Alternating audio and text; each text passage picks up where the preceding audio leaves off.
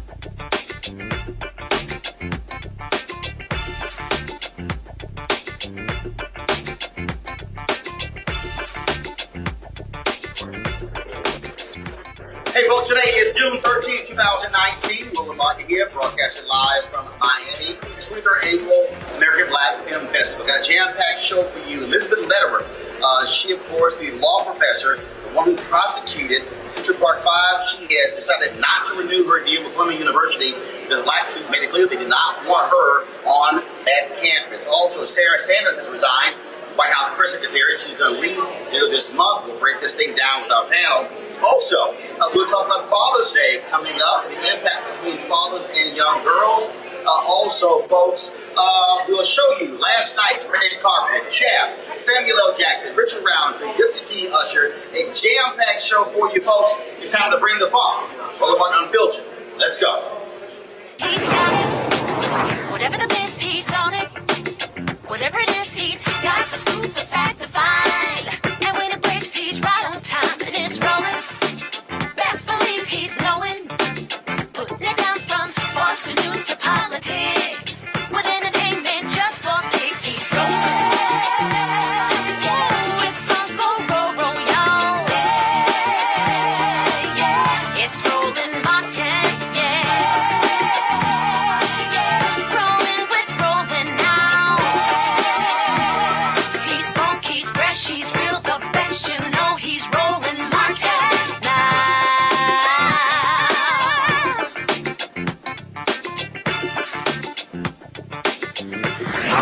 Martin. Hey, folks, our top story, Elizabeth Lederer, the woman who, of course, prosecuted Central Park 5. She is stepping down from Columbia University School of Law. She's here for decades as a lecturer, but because of massive protest by black students and the release of the Netflix series When They See Us, too much public pressure causing her to say she cannot return. Now, she was a woman who, if you look at that show, had doubts about Linda Fairstein and saying that those 5 individuals committed the crime. Well, she still moved forward to prosecute that case. Now, years ago, when a documentary by Ken Burns came out, there was also public pressure to get her to step down, but it had no impact. Columbia Law School, though, did remove a reference to the Central Park 5 from her bio. Well, now, way too much pressure being applied to her and applied to Linda Fairstein. Now, remember, Linda Fairstein, the woman who led the sex crimes unit of the Manhattan District Attorney's Office, she's already lost her book agent. Her publisher had to resign from 2 boards as well. And so, Ava DuVernay's documentary, actually her series, is leading to huge changes when it comes to individuals there. The individual with the Central Park 5, they, of course, continue to put pressure, saying they need to pay for what they did for those young men being incarcerated for all of those years. I want to bring in my panel now to talk about this. First and foremost, Greg Carr, Chair of the Department of Afro-American Studies, Howard University. He joins us there in Washington, D.C. As I said, I'm here in Miami. And also Michael Brown. He's the former Vice Chair of the DNC Finance Committee. Greg, I want to go to you first. This is really important because it shows you the power of media. These 2 women, Elizabeth Lederer and Linda Fairstein, they have made money. They have been celebrated for putting these young men wrongfully in prison. They are now having to pay the price. They are. I'm a little concerned because we live in a country where today it's them, tomorrow it could be us. The academy is a strange place. And so when I read the letter from the Black Law Student Association, and shout out to them because people are being proactive. What you see is the university, and they had complained 6 years ago, as you said, and they kind of took something off her bio. But, she's working as an adjunct. She's not a tenured member of the faculty. So, that there's kind of a gray area there. And so that doesn't concern me as much, and I'm glad to see it. And certainly in response to this popular media surge we see, whether it be Mute R. Kelly and Being R. Kelly or now When They See Us, But, at Harvard a few weeks ago, you had a husband and wife who were forced out as deans of Harvard colleges, where they were residential deans, because the students decided that they didn't like the man because he was a lawyer who was on Harvey Weinstein's defense team. I got a problem with that. These are tenured faculty members of African descent. And so when we swing the sword one way, it's like, yes, a victory for righteousness, but that sword cuts both ways. And I wonder what this precedent begins to set when something comes out and somebody is forced to resign. that we perhaps support. Oh, I absolutely agree with that. And Michael, the bottom line is what you are looking at here. You're looking at the reality of justice. These two individuals have not had any blowback whatsoever. They both still have their law licenses. And based upon everything that we know, clearly the legal profession has not done anything to them. The city of New York still has not apologized. For the general public, this is the best way they can, in essence, exact revenge to say y'all must pay some price for wrongfully imprisoning, framing, and setting up these five young brothers. Well, Roland, you know, it's interesting. The professor, who's much more profound than I am, and his answer was very profound. Mine is much simpler. And it reminds me of the segments you have on your show where white people do dumb things and then there are consequences and they get fired. This is exactly what you do on your show pretty much weekly.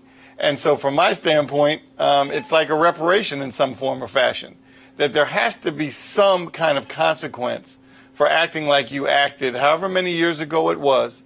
And so I'm glad that they're starting to lose. There are things I certainly understand what the professor is talking about relative to this can come back and get us, and totally makes complete sense. But in this particular point right now, I'm glad they're getting some justice. And they got paid. So I know they got paid too, not as much as probably they should have, but at least they got something. And Greg, again, nothing has really been done against them. New York has not apologized. Now, I was seeing Tamika Mallory and seeing her social media. They are now targeting DA Vance because he accepted $28,000 in contributions from Linda Fairstein for his re-election. They say anybody who took any money from her or Elizabeth Lederer needs to send that money, give it to charity, or give it away. Now that I think is more appropriate. I think this is a great lesson in how we can wield political strength. And when it comes to the academy, or when it comes to something like that, freedom of speech, I think there may be some issues there. If I were a law student at that time, maybe I say, keep her on the faculty. I'm going to take a class and blow her up in there every day and force her to deal with it. But in the street, meaning dealing with money, dealing with votes, dealing with political formations and associations, I think Tamika and them are right on. Let's go out and eviscerate everybody politically and economically. And this is a lesson we learned from the period of Martin Luther King. The most effective weapon in the civil rights movement in many ways was either the boycott or the threat of the economic boycott. That is the Montgomery bus boycott. That shows you we can put that, starve them, because I can guarantee you one thing, and this is for sure. They're not going to starve because you got these billionaires out here, these right-wing racist billionaires that will write them a check, and that's just like what's going to happen to Sarah Huckabee Sanders. Thanks, good job for lying. Here's $1 million, go sit on the beach for a while. She's not going to be put out of doors because she lost a job, even if they have to take her next book, buy 100,000 copies of it and put it on the New York Times bestseller list and throw it in the trash. They're going to take care of their own, so it's good that we are pursuing a similar strategy. And again, you spoke of Sarah Huckabee Sanders, of course, Donald Trump today. Now she is stepping down as White House press secretary, and she's going to be leaving by the end of the month. Just the other day, there was a story where she said that she was not like being called a liar. Michael, bottom line is she's a liar who works for a liar. And my understanding, and maybe you heard the same thing today, they're starting to drop hints that they want her to run for governor of Arkansas. Now, I don't know if that's true or not. I don't know if 45 was just trying to drop it to start the conversation for her to run. But wouldn't that be a shame? And I hope whoever the Democratic nominee is absolutely wipes the floor with her and beats her badly. However, it's Arkansas. And obviously the president, 45, has a lot of support in Arkansas. So it'll be interesting to see what happens with her political career, if she has one at all. Greg, bottom line is she will not be missed. She consistently lied from that podium and cannot be trusted. And frankly, you look at Sean Spicer has not been able to get much out here. I doubt very seriously that Sarah Sanders has any credibility for anybody to pay her for her opinion. Well, I'd be very surprised if she didn't end up as a paid contributor at Fox or Sinclair. And you, of course, Roland, you know, as a deeply informed historian, really, historical journalist for sure, you know that the practice of the White House press secretary having briefings goes back to the Eisenhower administration. This woman hadn't had a press briefing in 3 months. And the tragedy is that many in the press and many who consume commercial news, entertainment media have been relieved. I think she's a magnificent liar. I think that she fit Donald Trump's casting perfectly, from her physical appearance to her disdain and prevarication. I think that fit Trump's worldview. I think he's going to be lost without Sarah Huckabee Sanders sneaking off to talk to Fox and then walking back to the White House and pausing for 30 seconds to talk to the other reporters. I think he's going to be lost with her disdain for the press, particularly her disdain for black women like April Ryan. And I think that while, she won't be in the White House anymore, we haven't seen her in 3 months at a press briefing, I think I wouldn't be surprised if we don't see her very shortly on Fox News as a paid propagandist tooling up for the 2020 election. Again, Sarah Huckabee Sanders will be stepping down, and so trust me, she will not be missed by a whole lot of us because of what she had to say. And look, at the end of the day, Michael, what you have here is you have a lying administration. You have an administration that's what they do on a very consistent basis. They lie. And they're not held to account because they're this so-called base, which I hate hearing about this base. Nixon had a base. Everyone has a base. But this particular base is untouchable, and it doesn't really matter, and they don't hold anybody to account. And what Senator McConnell is part of that whole, I guess he's part of the base, or the leader of the base, because what he's doing running the United States Senate is an absolute disgrace. But so no one's holding him to account. So it's kind of okay that these kind of things are happening. It's not going to change. There are 40% of people that like him, 40% of people that don't. This race in 2020 is about the 20% of the people in the middle. Hopefully, they'll come to Democratic side. We just have to wait and see. Talking about the race, this race features a ton of candidates in 2 days in South Carolina. There's going to be a economic discussion hosted by the Black Economic Alliance. The focus is going to be on expanding economic opportunities for African Americans. And so we want to talk about that with Dr. Tony Coles, who is co-chair of the Black Economic Alliance. Dr. Coles, are you there? Okay, so guys, let me know when we get Dr. Coles. I want to go to Greg first until we wait to bring him up. How critically is it important, Greg, to have these topic-driven presidential forums? As opposed to having these large, unwieldy discussions where, frankly, you can't have any substantive conversation about any one particular issue? Well, I think a lot of that's going to depend on the viewers. The way they've set these two up, these first two, having 9 on one night and 9 on the other night, and then mixing up the quote-unquote top-tier candidates, although how can you tell a tier, from the so-called lower-tier candidates, it's going to provide an opportunity for folks to engage in a substantive conversation. It'd be very interesting to see people who are policy wonks, who can translate fairly nimbly, like Elizabeth Warren, be in conversation with folks who have this broad kind of economic, kind of ideological agenda like Bernie Sanders, and then contrast that with a Kamala Harris or a Cory Booker. And I think in mixing that up, a lot is going to depend on how people come away from those conversations, how they assess how well they did. Now, some of this stuff is around race, some of it's around gender, and ultimately, I'm still trying to get my mind around somebody like Pete Buttigieg being in a conversation with anybody for president of the United States, or better or worse for that matter. But one thing's for sure, finally, as you come out of this first 9-person battle royale, if you ain't got no game, you about to get exposed. So I'm looking forward to this argument and this conversation. Michael? I think it'd be interesting, Roland and Professor, to see how, Elizabeth Warren, for example, is by far the best policy wonk of any one of the folks running. My bias relative to Vice President Biden and Senator Harris. However, it's going to, I don't know if Elizabeth Warren, you're only going to have like that 4 or 5 minutes to talk about your issue. It usually takes her about 20, 25 minutes to lay out her plan. Sure. And in this soundbite kind of mentality, you have to really train to get your points out in 4 or 5 minutes, knowing that you don't have 20 minutes. And so people may not get, and so if she gets cut off or tries to figure it out, so I think that's what it'll be interesting to see, and the professor is exactly right. The viewer is going to have to look and see how people come across in that 4 or 5 minute spot. Well, I think it's interesting. It's all again. What's going to happen is, so the forum is going to take place on Saturday, hosted by Soledad O'Brien. It's going to air Sunday on BET. Obviously, it'll be the edited version, but it's going to air Sunday on BET. And so we'll see. We'll be, of course, here in Miami for American Black Film Festival. Then, of course, Sunday is also Father's Day. And so that's one of the things that we'll see what that conversation is like. Now, first of all the candidates are not going to be there with these forms. They could not accept all. But there are several candidates who will be in Charleston, South Carolina for the Black Economic Alliance for the presidential town hall. Again, it's going to be hosted by Soledad O'Brien. Gentlemen, I want to talk to you about this here. Virginia Lieutenant Governor Justin Fairfax has sent a letter to the district attorney in Boston and Raleigh-Durham saying that he wants an investigation launched into the sexual assault charges that have been leveled against him by two women. Now, what's interesting about this is that they released that letter. The attorneys for the women who accused him, they came out firing, saying that, well, he doesn't get to actually do that. That's not right or fair.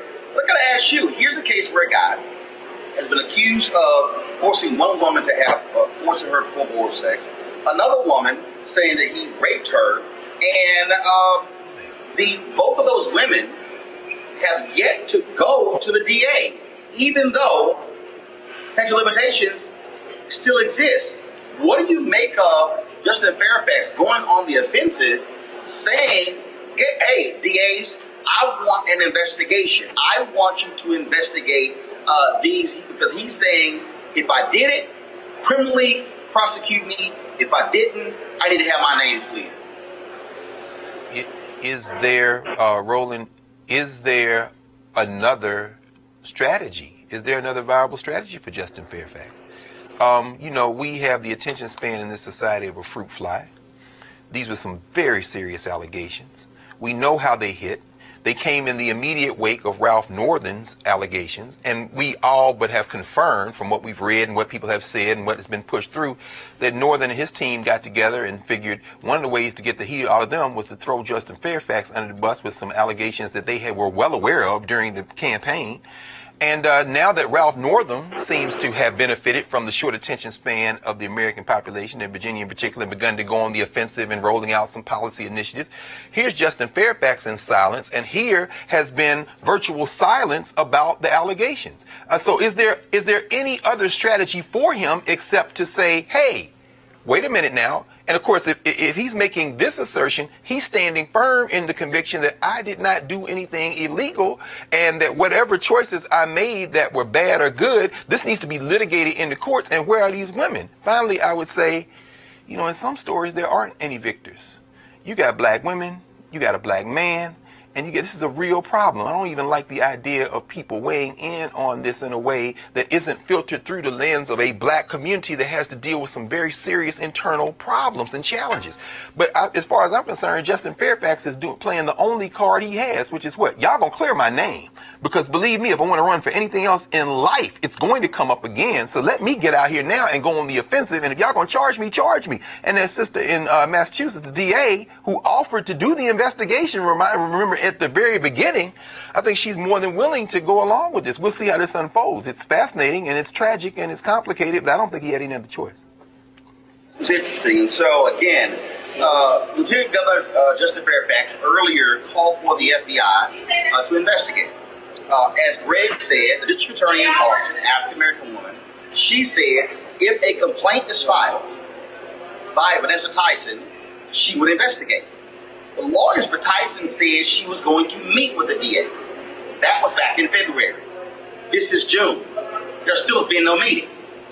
The other woman, Marilyn Watson, has not met with the Raleigh-Durham district attorney, an African-American woman.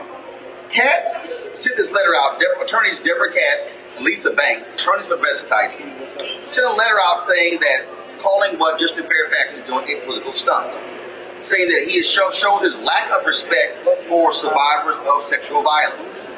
Then she says, as a former prosecutor, Lieutenant Governor certainly knows that potential charges of criminal investigations do not get to direct prosecutorial decisions.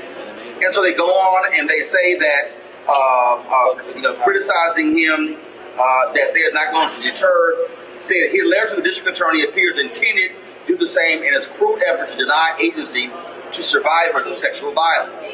His suggestion that women are liars unless they press criminal charges against their assailants places an unfair demand on survivors and shows a fundamental misunderstanding of the criminal justice system. Pursuing criminal charges is a weighty decision that the vast majority of survivors choose not to make for legitimate reasons. And so there's some other things that are in here. But what's interesting is that at the end of it, they say that Lieutenant Governor Fairfax's letter shows yet again that he is not deserving of his position of power. I have continued to raise this question, Mike, that Vanessa Tyson and Meredith Watson and their lawyers say that they will fully cooperate in an impeachment hearing of Justin Fairfax. Yet, if the statute of limitations is not up, why would they not meet with 2 black female DAs to say, launch a criminal investigation? So they're critical of Fairfax, but they won't launch an investigation. They won't even file the complaint. So I'm just trying to understand, if you want justice and there's no impeachment hearing, why would you not file a criminal complaint? And what's interesting is, obviously, an impeachment hearing is a political hearing. So they accuse him of a political stunt, but they won't. And you can do both. They can say, hey, I want an impeachment hearing and we'll testify, and I'm heading up to Boston and to Raleigh. Neither of which have happened. The whole thing is very odd. So they want to come into a political arena and make the accusation, but they don't want to go to the legal track to make their accusation. Very odd, very confusing. I'm sure a lot of folks don't understand it, and that's part of the problem why the pendulum, I think, is starting to switch back. When people get accused, not that they didn't do it, and doesn't mean you don't believe the women, but that due process, when you have an avenue in a courtroom to have real due process, why don't some folks do it? I understand some folks are scared and don't want to put themselves out there, and we have to have respect for that. But just like you have to have respect for the victim, you have to have respect for the folks that are accused, because it may not have happened. Well, and I think that's where we are, and so we'll see what happens. But clearly, Lieutenant Governor Justin Fairfax is demanding his name be cleared, and so we'll see what the next step is. Folks, first of all, I'm going to go to a break. When we come back here, Roland Martin Unfiltered, live from Miami, we're going to talk about Father's Day. You know what, that day where we don't talk a lot about? Oh, we'll spend a long time talking about Mother's Day, not Father's Day. But what is the important relationship between fathers and young girls, their daughters? That's next. Roland Martin Unfiltered. You want to check out Roland Martin Unfiltered? YouTube.com/Roland S. Martin. And subscribe to our YouTube channel. There's only one daily digital show out here that keeps it black and keep it real. It's Roland Martin Unfiltered. See that name right there? Roland Martin Unfiltered. Like, share, and subscribe to our YouTube channel. That's YouTube.com/Roland S. Martin. And don't forget to turn on your notifications so when we go live, you'll know it. All right, folks, they're back. MarijuanaStock.org has another great investment opportunity. If you were lucky enough to invest in their last crowdfunding campaign, you know they raised a lot of money in just a few months investing in legal marijuana farms. Those initial investors now own shares of a publicly traded company, and of course they're excited by that. Now they have a new investment opportunity that is as good, if not better, than the last. I'm talking about industrial hemp CBD.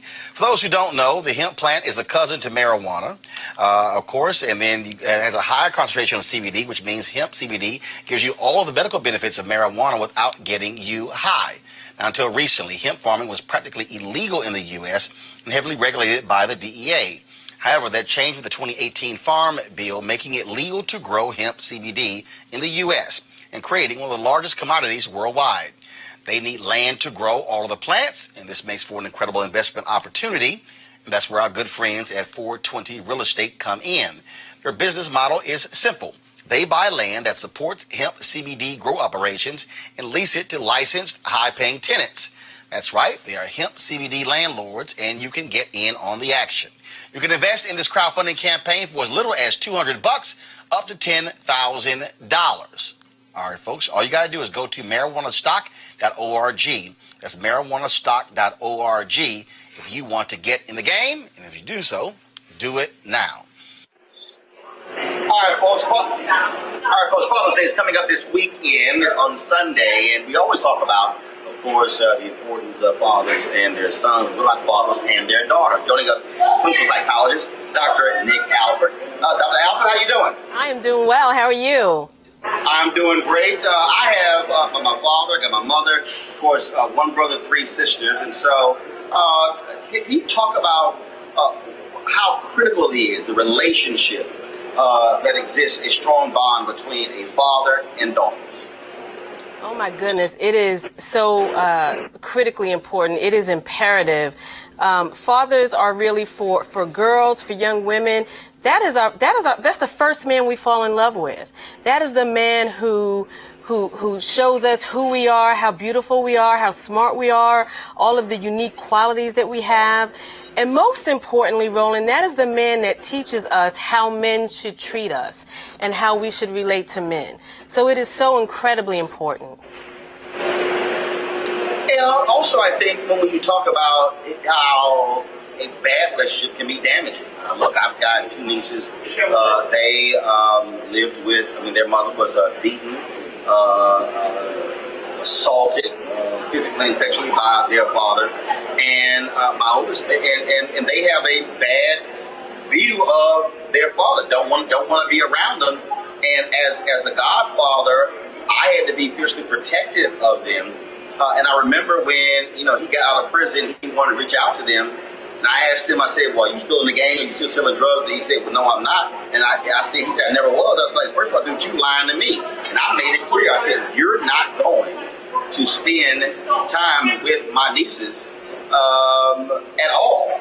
And I said, because I have to be protective of them. And so the flip side is that could actually have, that could have a negative effect and take girls years to go through and get over and deal with that trauma that was inflicted by that man.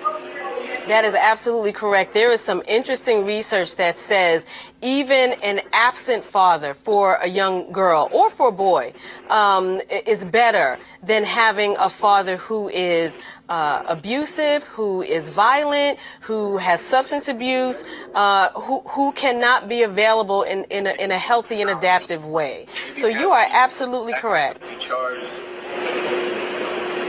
So, what resources would you recommend for a young father to help him and guide him through this, that prepares him for how he must cultivate that relationship with their daughter?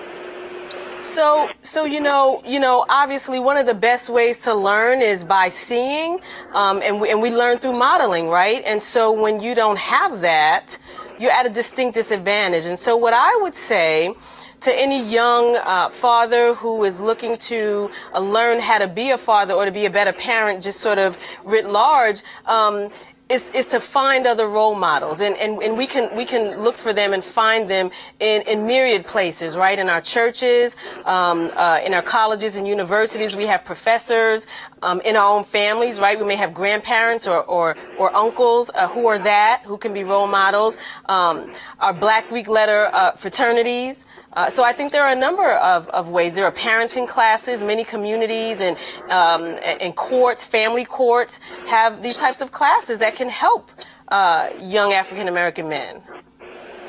All right, Dr. Nick Alford, we certainly appreciate it. Thank you so very much. Thank you. All right, Greg and Michael, I want to talk to y'all about this here. It really does piss me off that we spend so much time and energy around Father's Day. Greg, people could be literally in Australia or Thailand, and they will kill themselves to get home for Mother's Day.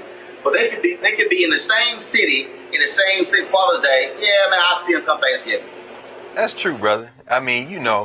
Mother's Day was created in Philadelphia, really. John Wanamaker department store. It's almost like a marketing kind of thing. It kind of emerged. And Father's Day came in many ways as a response to that. But we know in our communities, and I agree with what Dr. Alfred said, black men are used to not, getting all that affection. But then again, it's probably Father's Night every time a man come home and get that big piece of chicken, like my daddy did for many years. But what Dr. Alfred said, I said, I won't lose track of that. I think about the song, what was it, the Winstons, Color Him Father. There's a lot of ways you can be a father. And I know that on Father's Day, I get texts from, like say, former students. You know, I don't have any biological children. I got a couple of godsons, and I got my nephew, and I know what it means to be an uncle who's there for a male, and my nephew. You get texts, you get calls, and it's kind of an afterthought, but it's almost a running joke in the black community. You know, black man sitting up waiting on getting them calls for real. So, maybe it's a little sad, but maybe we can do something about it. But I don't know. Maybe you get those calls, Roland. It is frankly offensive, Michael. I'm sorry that how Father's Day is sort of like a blow-off day. No big deal.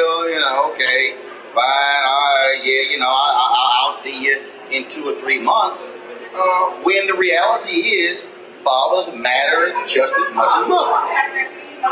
Well, I tell you, the pressure on males, not just black males, to get to the store, get a card, get flowers, make reservation for Mother's Day brunch, which is, again, fine. That's just what kind of, if you're raised a certain way, that's just how you were raised, and it's important.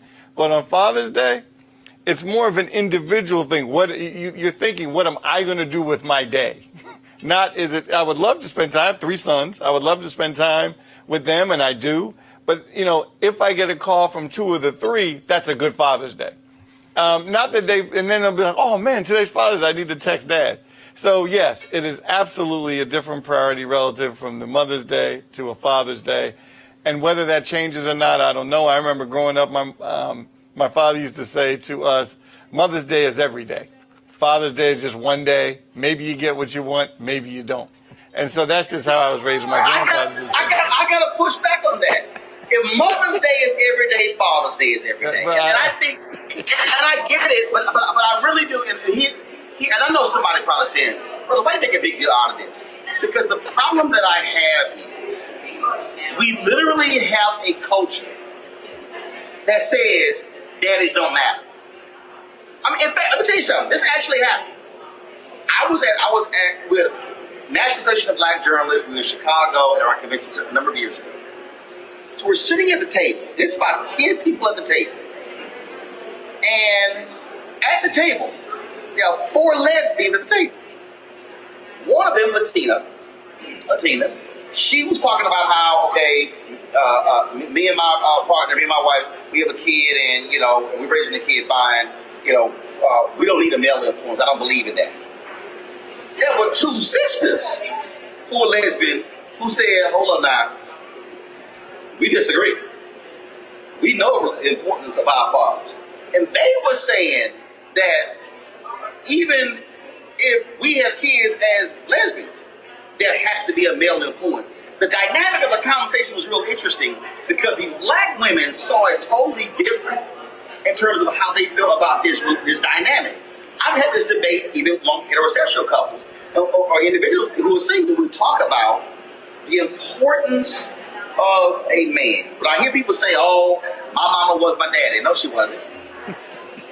Just like we assume that a father can't be empathetic, that a father can't be loving, that a father can't be compassionate. And so I would never say that a father is a mother and a mother's a father. No, you are who you are. But I think as a society, we literally have created this entire worldview that daddy is optional. No, of course. But I do think that, a lot of that has to do with enslavement. I don't think there is such thing as an American culture. There are many different cultures in this state we call America.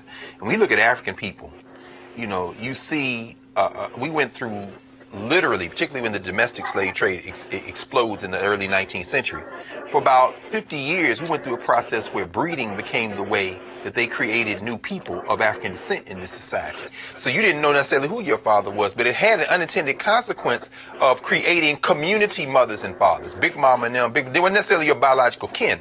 We still see that today. I'll give you one quick example. At graduation every year, it's very moving to see men embrace their graduate children, particularly the daughters. And I think, again, Dr. Alfred's research is very important in this regard.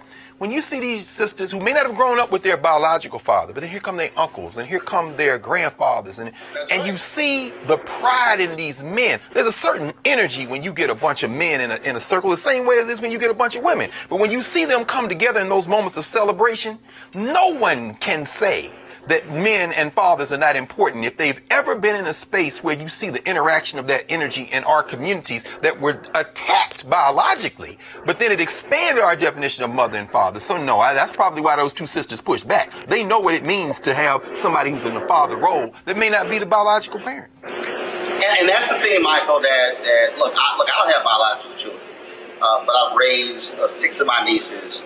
I have 9 nieces, 4 nephews. I've raised 6 of those 9 nieces, off and on, literally my entire marriage for the last 19 years. And the thing that's interesting, when you talk about that dynamic, when my sister and her 2 children, one was 5, one was 2, came to live with us, my wife and I only married about 6 months.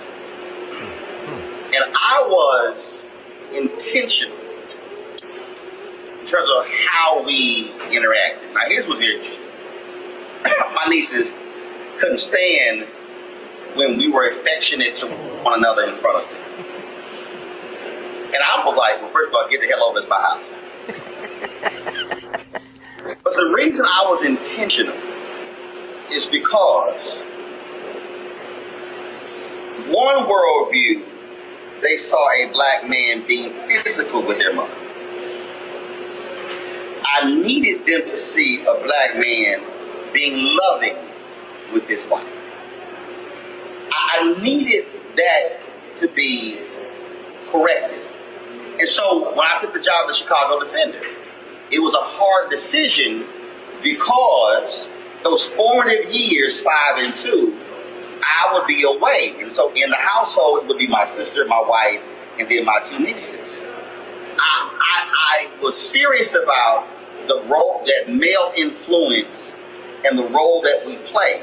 And so that's why, for me, it is deeply embedded in my psyche, in my worldview, the value and the importance of that man, and obviously from a perspective of a son. But I also see it in terms of fully accepting my role as a godfather. Because I tell people, a godfather does not mean that I'm there to give you birthday gifts and Christmas gifts. It literally means that if the daddy ain't doing his job, I am to step into the gap to serve that same role.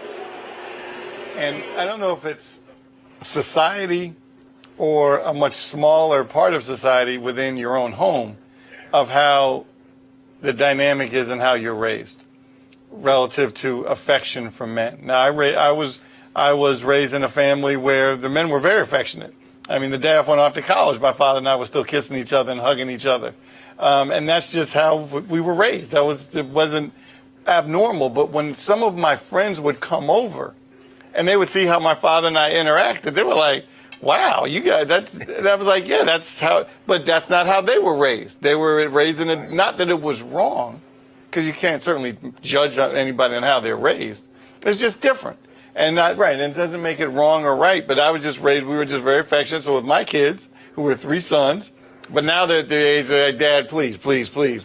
But when they were younger, they knew that Dad was going to kiss them goodnight. They knew when they went off to college, I was going to kiss them goodbye. Okay. So Michael, when your son say, Dad, please, please, please, what's your response? I don't give a shit. I still grab him, hug him, grab him in the neck, and I give him a kiss on the cheek. There you go. And see, Greg, that's how I roll. All my nieces and nephews know. You walk your ass in the house. I don't speak to my brother or my 3 sisters. Your ass gonna hug me. You gonna greet me. Well, and if you don't, you getting jacked. That's a very black thing. You don't come in the house and not speak, man. Right. That's true. I mean, that's generally speaking. No. You can come in the house and speak. Your ass gonna come hug me. Oh, now see, yeah, you've taken it to the next level. Now I'll say this: I don't, we didn't do a lot of hug. I didn't hug my father a lot in it, but I tell you what, my father went to work every day of his life, and And I watched my father get up 4 in the morning every day for years. Some of my earliest memories as a child in Nashville, my father getting up, whistling, washing his face, going to bed, and then one time we didn't even have a car. He walked to work. And my father, as he became an elder and he transitioned in 2001, 79 years old, my father was the kind of man who didn't have a whole lot of words, but he demonstrated. And his brother lived across the street, my uncle, and they had 8 or 9 children. So, you know, when you saw these men, the affection they showed was through their dedication of what they did every day. My father was like that. And last thing I say is, and I really echo what you said about displaying affection in front of the children. My father and mother didn't kiss a whole lot in front of us, but you know how we knew that my father loved my mother loved my father? It was the little things they did to support each other as they worked. And we knew my father got mad. We knew when we were in trouble when he would look at us and say, boys, I love your mother. Now, that would usually come after we had done something in the house, and she said, I'm going to tell your father when he comes home, and he come in and say, boys, I love your mother. We knew that we had crossed a line with her that couldn't be uncrossed. But I'm saying there are a lot of ways to show affection, and sometimes it's the subtle things that let you know. And that's why I go to work every day, and ain't nobody going to outwork me, brother, just like ain't nobody going to outwork you, because you had a man in the house that showed you what it meant. And that was the way, in some ways, he displayed love and affection, because I know Reginald Martin Sr. was the same kind of man, and I see how hard you work. And I know a lot of that comes from you seeing that in one of the ways that love and affection was displayed for you. And the thing for me is, it's like, I had husbands, but it's not like it was a lot. It's certainly not like how I do my nieces and nephews.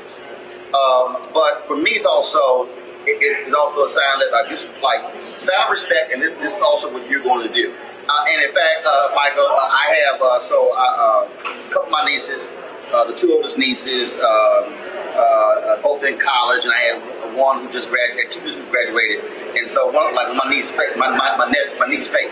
So, like my grandfather, I saw my grandfather, and my different of my cousins or whatever, he would grab one and he would kiss them like 30, 40 times in a row.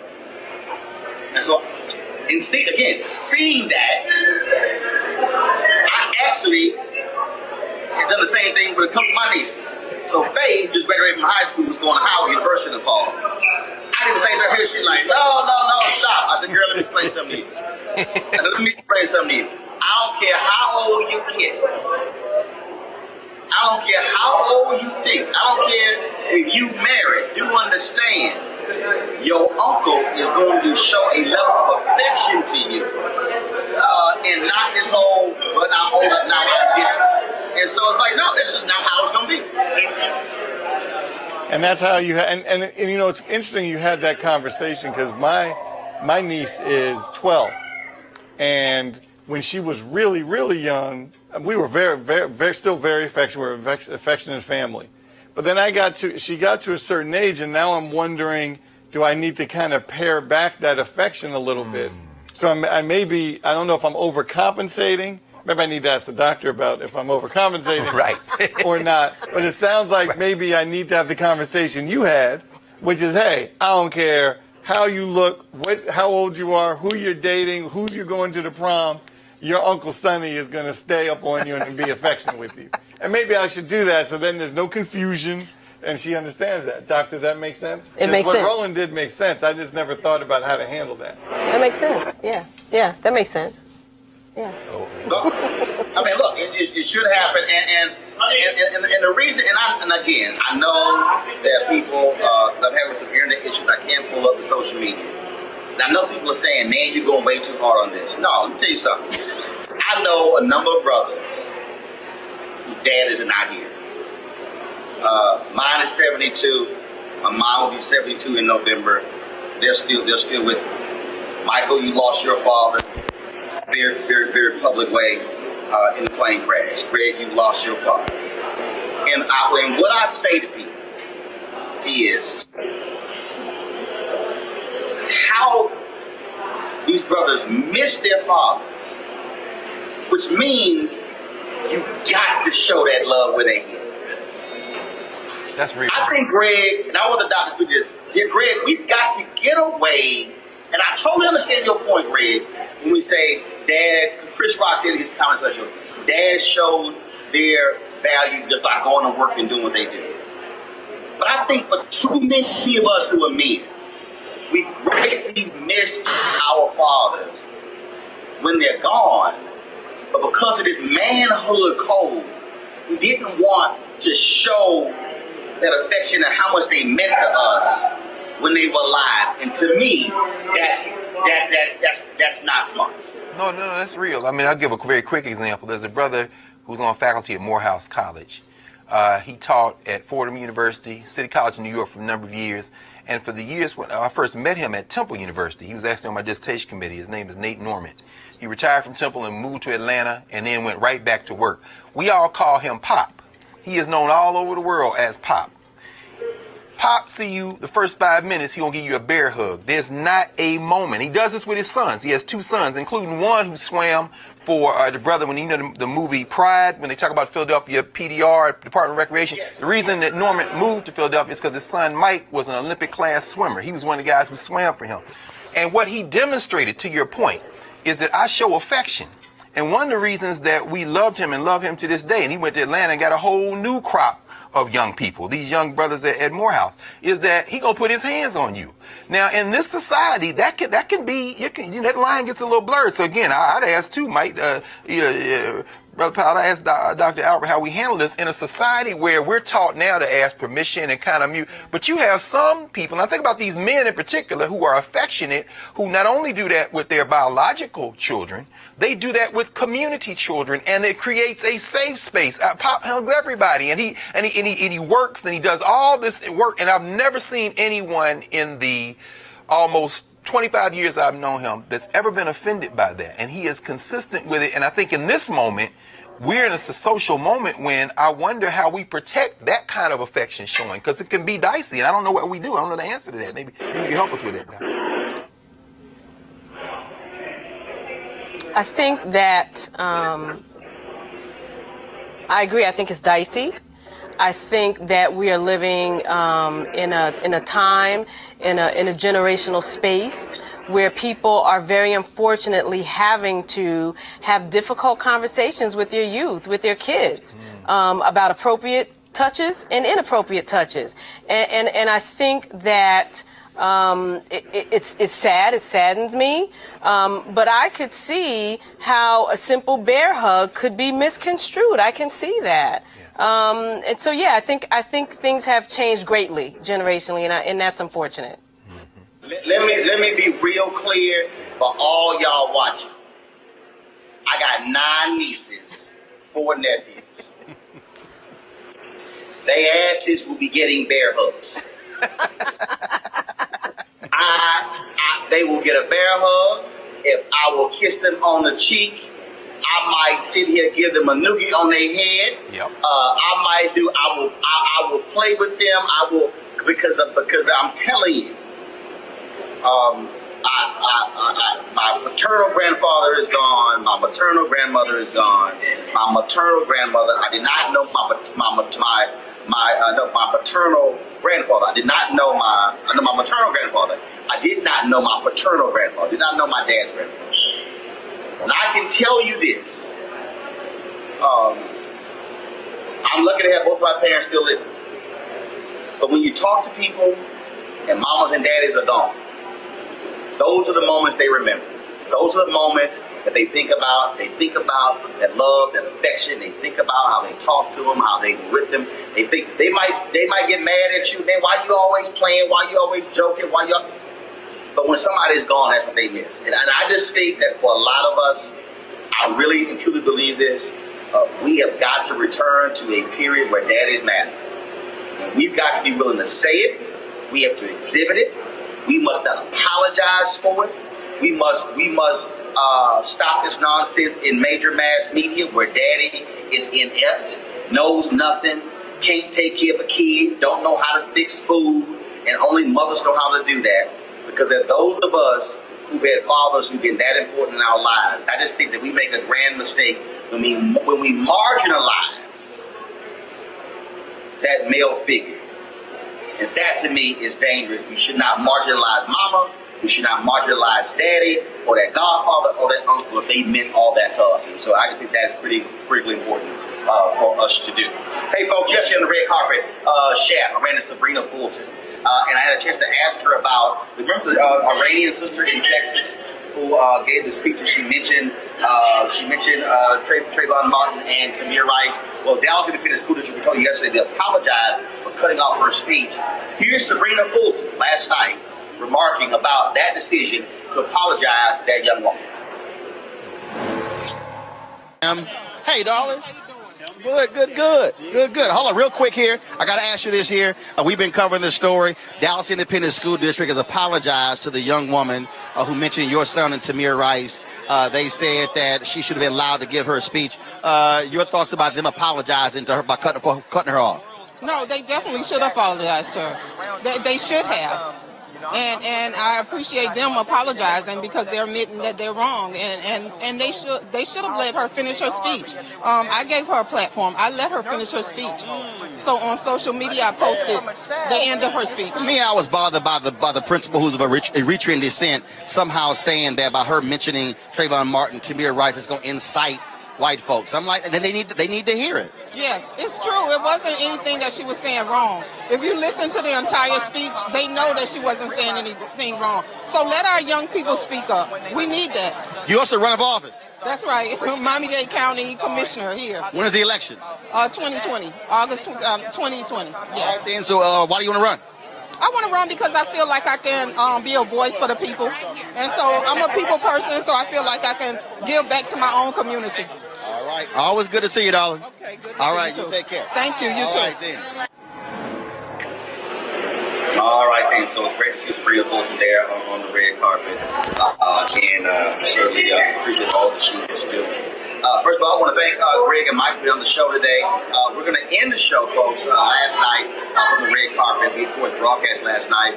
Shaft premiered here at the American Black Film Festival. And we had a chance to catch up with a whole bunch of members of the cast. And so I wanted to have that for you again. And y'all need to stick around because when you listen to, I talked to Jesse T. Usher, as well as talked to Richard Roundtree about Shaft and black manhood. Y'all don't want to miss this. And so we're going to go ahead and play it in the show. First of all, folks, I'm here in Miami. We got some more stuff we got to cover. We've been having some amazing interviews. Anthony Anderson, Reggie Hutland, all kind of folks we've been talking to. We got some interviews tonight we have for you tomorrow, as well as all next week as well. Don't forget, folks, please support our Bring the Funk fan club.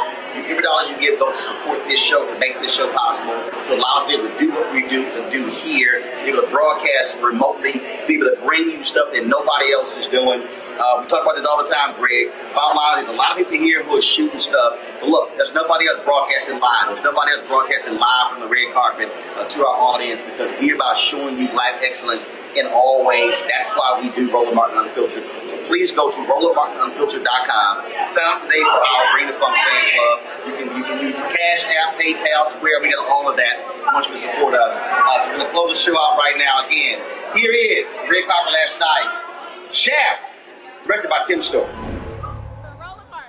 What's up, man? What's going on? I don't know, man. You all good? I'm trying, man. All right. Well, first and foremost, to be here, Shaft is premiering, but we don't have John here.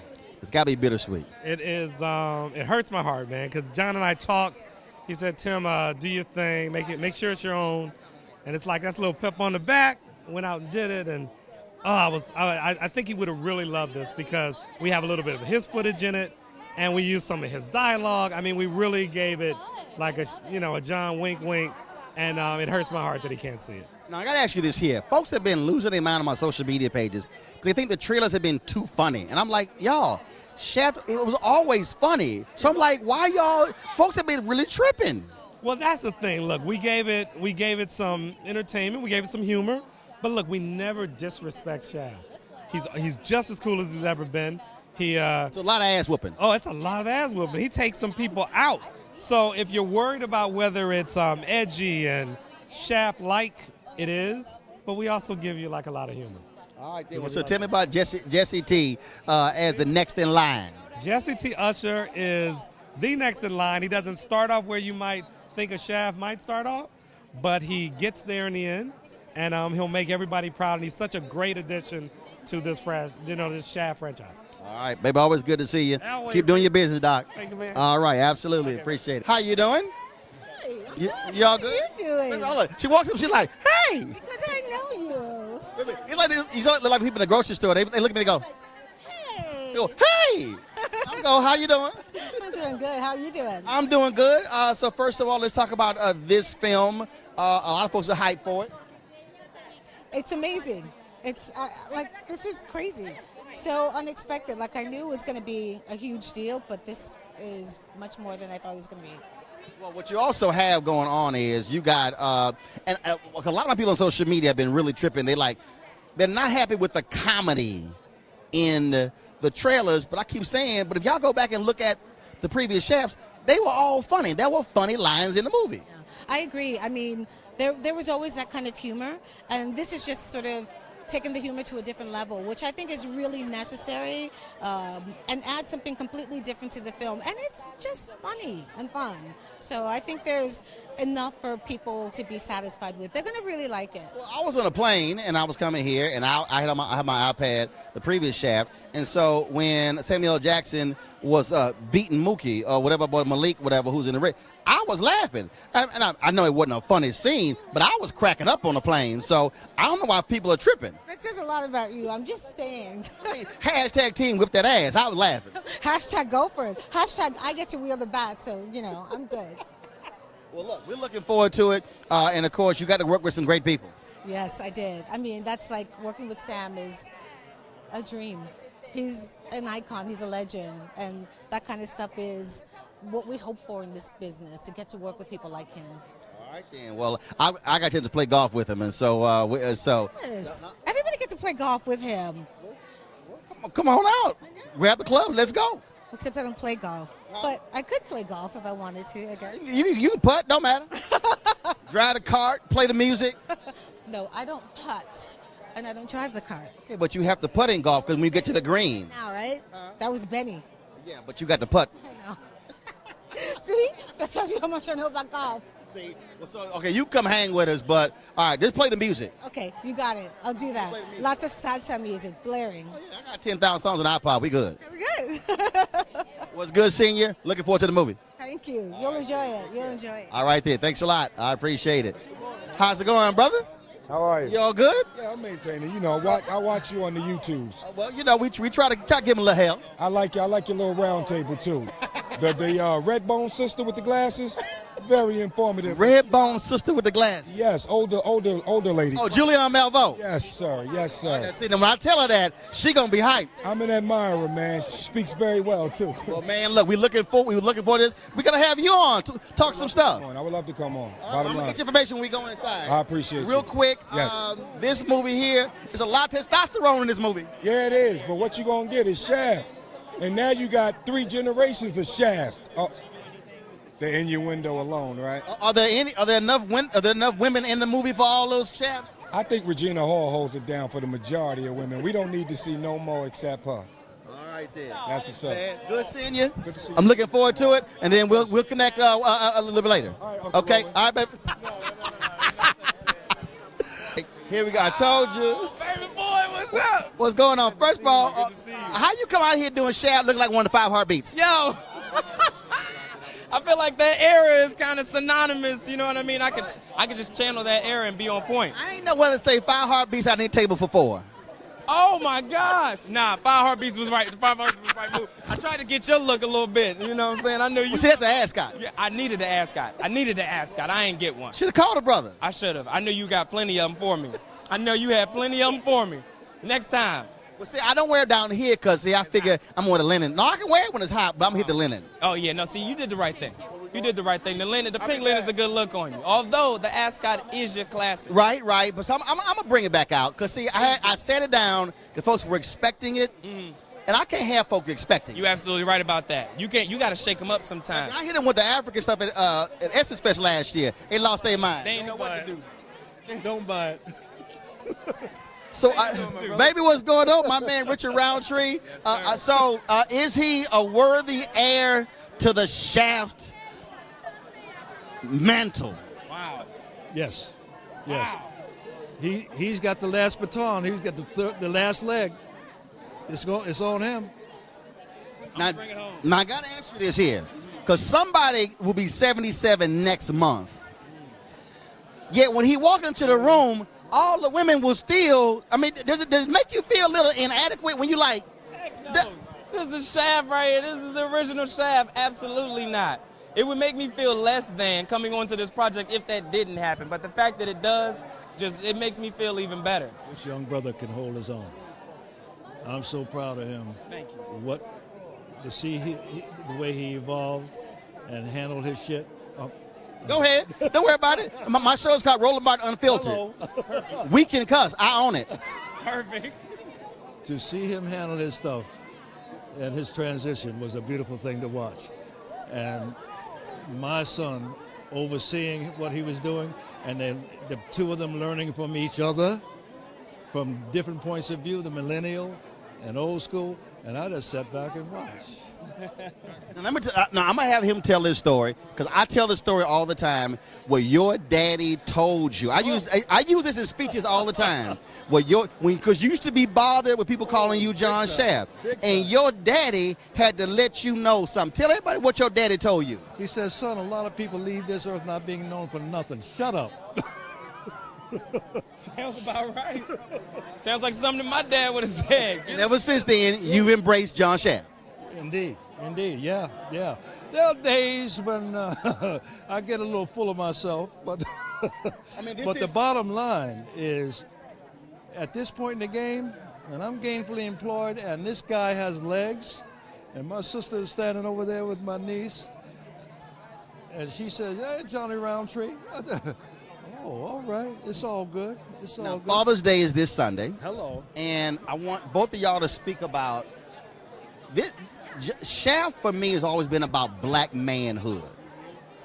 Cool, confident, smart, sophisticated, sexy. And that image is important to have that kind of brother on the big screen.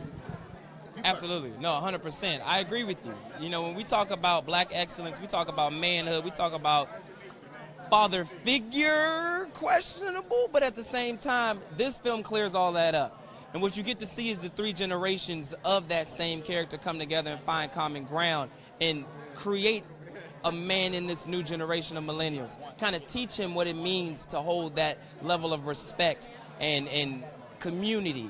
You know what I mean? Which is something that we can argue is missing in today's young men. So it's nice to see the older gentlemen come in and clarify that and teach him that there's something that you need to take from the generations before you.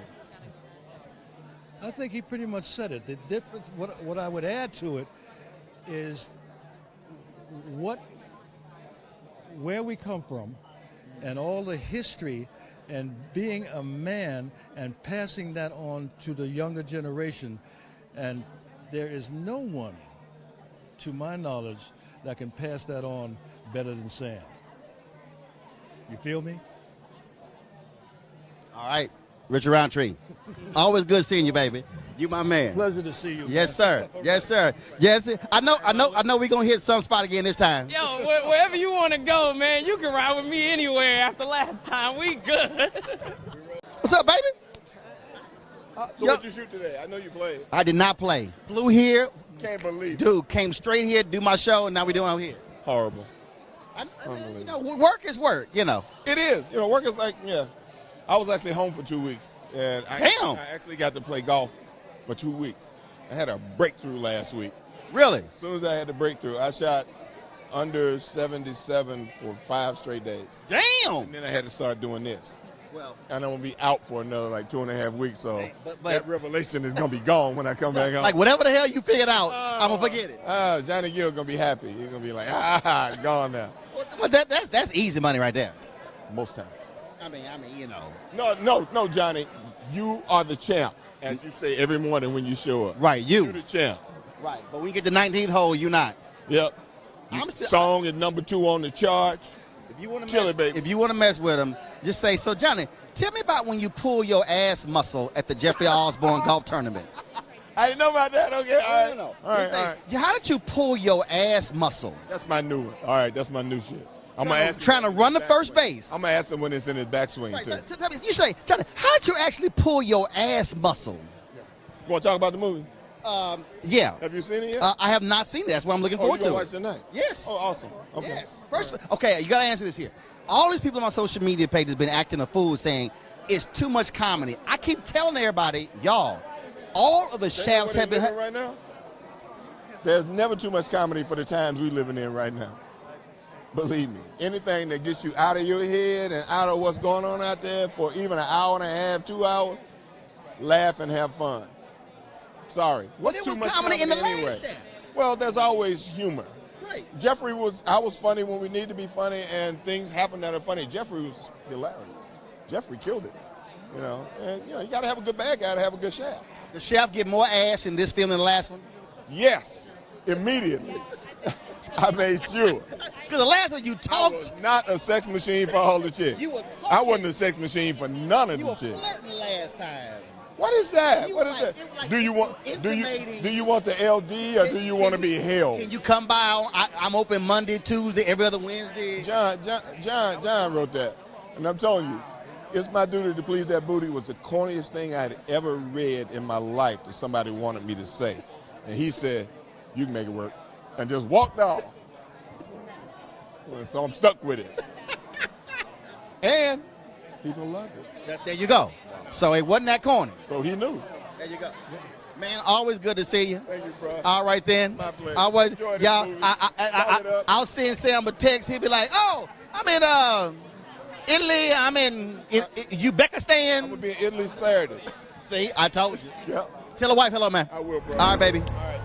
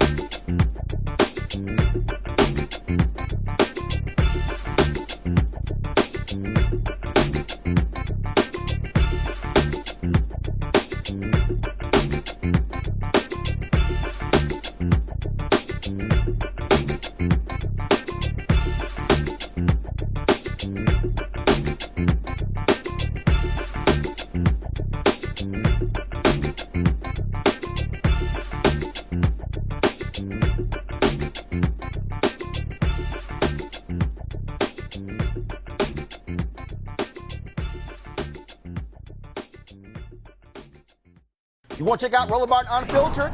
YouTube.com/Roland S. Martin. And subscribe to our YouTube channel. There's only one daily digital show out here that keeps it black and keep it real. It's Roland Martin Unfiltered. See that name right there? Roland Martin Unfiltered. Like, share, and subscribe to our YouTube channel. That's YouTube.com/Roland S. Martin. And don't forget to turn on your notifications so when we go live, you'll know it. You want to support Roland Martin Unfiltered? Be sure to join our Bring the Funk fan club. Every dollar that you give to us supports our daily digital show. There's only one daily digital show out here that keeps it black and keep it real. It's Roland Martin Unfiltered. Support the Roland Martin Unfiltered daily digital show by going to RolandMartinUnfiltered.com. Our goal is to get 20,000 of our fans contributing $50 each for the whole year. You can make this possible. RolandMartinUnfiltered.com. Hey fam, want to check out Roland Martin Unfiltered? The blackest show on all of digital, cable, and broadcast. Check out our audio podcast.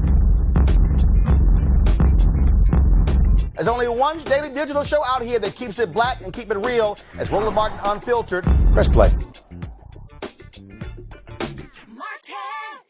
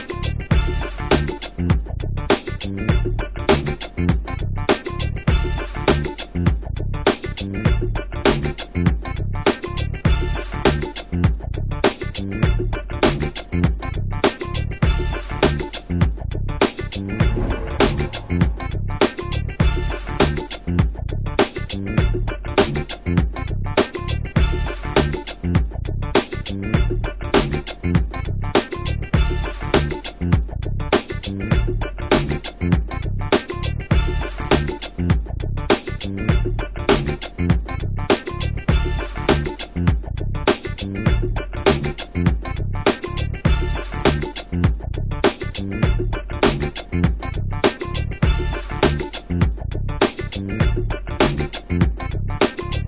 want to check out Roland Martin Unfiltered? YouTube.com/Roland S. Martin. And subscribe to our YouTube channel. There's only one daily digital show out here that keeps it black and keep it real. It's Roland Martin Unfiltered. See that name right there? Roland Martin Unfiltered. Like, share, and subscribe to our YouTube channel. That's YouTube.com/Roland S. Martin. And don't forget to turn on your notifications so when we go live, you'll know it. You want to support Roland Martin Unfiltered? Be sure to join our Bring the Funk fan club. Every dollar that you give to us supports our daily digital show. There's only one daily digital show out here that keeps it black and keep it real. It's Roland Martin Unfiltered. Support the Roland Martin Unfiltered daily digital show by going to RolandMartinUnfiltered.com. Our goal is to get 20,000 of our fans contributing $50 each for the whole year. You can make this possible. RolandMartinUnfiltered.com. Hey fam, want to check out Roland Martin Unfiltered, the blackest show on all of digital, cable, and broadcast. Check out our audio podcast. There's only one daily digital show out here that keeps it black and keep it real. It's Roland Martin Unfiltered. Press play.